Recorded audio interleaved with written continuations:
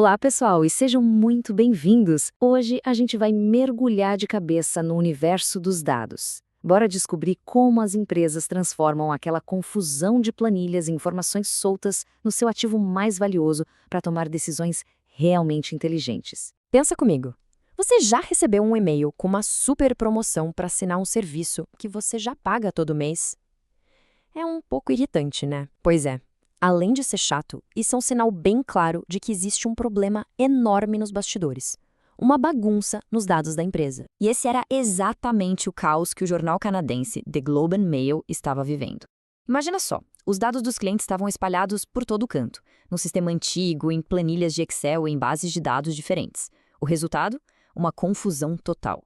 Eles mandavam oferta de assinatura para quem já era assinante, gastando uma fortuna com marketing que não funcionava e, o pior de tudo, colocando em risco as informações de pagamento dos clientes. Então a nossa jornada aqui hoje vai ser justamente essa.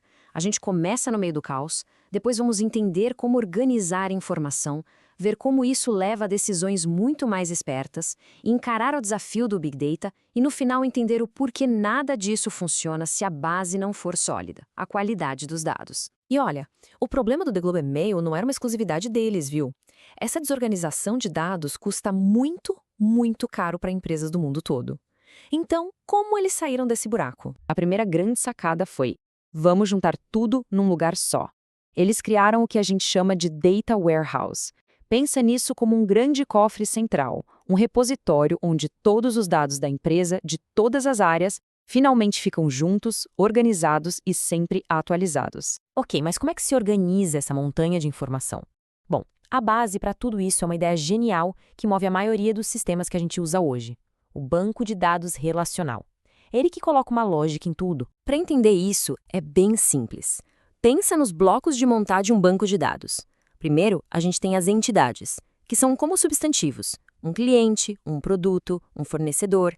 E cada entidade tem seus atributos, que são tipo os adjetivos: o nome do fornecedor, o endereço dele, o telefone. E olha só como essa ideia fica visualmente numa tabela. É exatamente isso aqui. Cada linha representa um fornecedor único, ou seja, uma entidade. E cada coluna é um dos atributos dele: o nome, a rua, a cidade. Tudo limpo, claro e super organizado. Tá, mas tem um ponto aqui que é absolutamente crucial.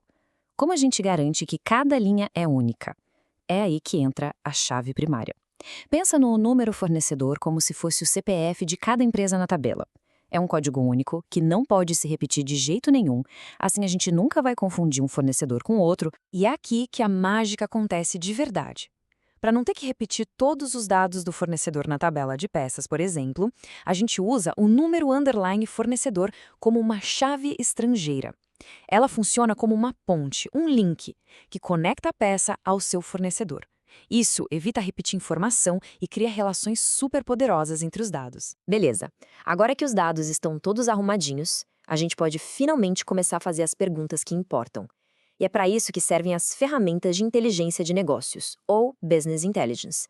Elas transformam esses dados brutos em respostas. Para conversar com esse banco de dados, a gente usa basicamente 3 operações. Pensa num funil. Primeiro, com o Select, você filtra as linhas que te interessam. Depois, com o Join, você combina as informações de tabelas diferentes. E por último, com o Project, você escolhe só as colunas que quer ver. Simples assim. E existem 2 formas principais de fazer essa análise. O OLAP é ótimo para responder perguntas que a gente já sabe que tem, tipo como foram as vendas no último trimestre. Já o Data Mining é mais como um detetive. Ele vai fuçar os dados para achar padrões e relações que a gente nem sabia que existiam. É a diferença entre procurar uma resposta e fazer uma descoberta. E o que esse detetive pode encontrar? Coisas incríveis. Associações, como aquela história clássica de que quem compra a fralda no supermercado também tende a comprar cerveja. Sequências, tipo quem compra uma casa, provavelmente vai comprar móveis novos logo em seguida. E dá até para identificar clientes que estão prestes a cancelar um serviço, permitindo que a empresa haja antes que seja tarde. Só que tudo isso que a gente viu até agora está enfrentando um desafio moderno, um desafio de escala. A quantidade de dados que o mundo gera hoje é simplesmente colossal, o que nos leva para uma nova fronteira, o Big Data. Então, o que é Big Data? São conjuntos de dados tão gigantescos, tão rápidos e tão variados, vindo de redes sociais, sensores, cliques em sites, que os bancos de dados tradicionais simplesmente não dão conta do recado. É um volume de informação que a gente nunca viu antes na história. Para você ter uma ideia do que a gente está falando, a projeção da quantidade de dados em 2020 já era de 35 zettabytes. Para visualizar isso, é tipo assim, se 1 gigabyte fosse uma xícara de café, 1 zettabyte seria o volume equivalente à Grande Muralha da China. É uma escala difícil até de imaginar. E claro, para domar esse monstro surgiram novas tecnologias. Ferramentas como Hadoop, por exemplo, conseguem dividir um trabalho gigantesco entre centenas de computadores. E a computação em memória faz análises numa velocidade impressionante, usando a memória RAM, que é muito mais rápida. Mas agora, a gente chega no ponto talvez mais importante de toda essa conversa. Você pode ter a tecnologia mais avançada do planeta. Se os dados que você coloca nela forem ruins, o resultado vai ser ruim. É aquela velha máxima, né? Se entrar lixo, sai lixo. Não tem milagre. Isso não é um probleminha qualquer. Olha só que dado assustador do Gartner Group. Mais de 1/4 dos dados essenciais nas maiores empresas do mundo estão simplesmente errados ou incompletos.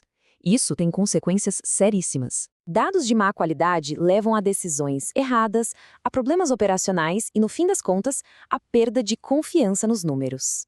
A solução para isso passa por duas coisas. Primeiro, uma auditoria para achar os problemas e depois um processo de data cleansing, que é basicamente uma grande faxina nos dados para corrigir tudo que está errado. E voltando para nossa história lá do começo, a do jornal, o grande sucesso deles não foi só por causa da tecnologia que eles compraram. A verdadeira virada de chave foi repensar como eles lidavam com os dados, desde a coleta até o uso.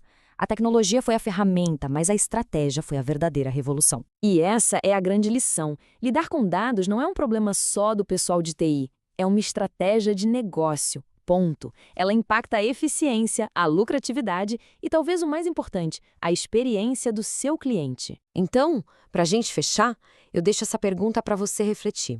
E aí, na sua empresa, no seu trabalho, os seus dados estão jogando a seu favor, te ajudando a vencer, ou estão mais atrapalhando e criando problemas? Pensar nisso já é o primeiro grande passo para começar a mudança.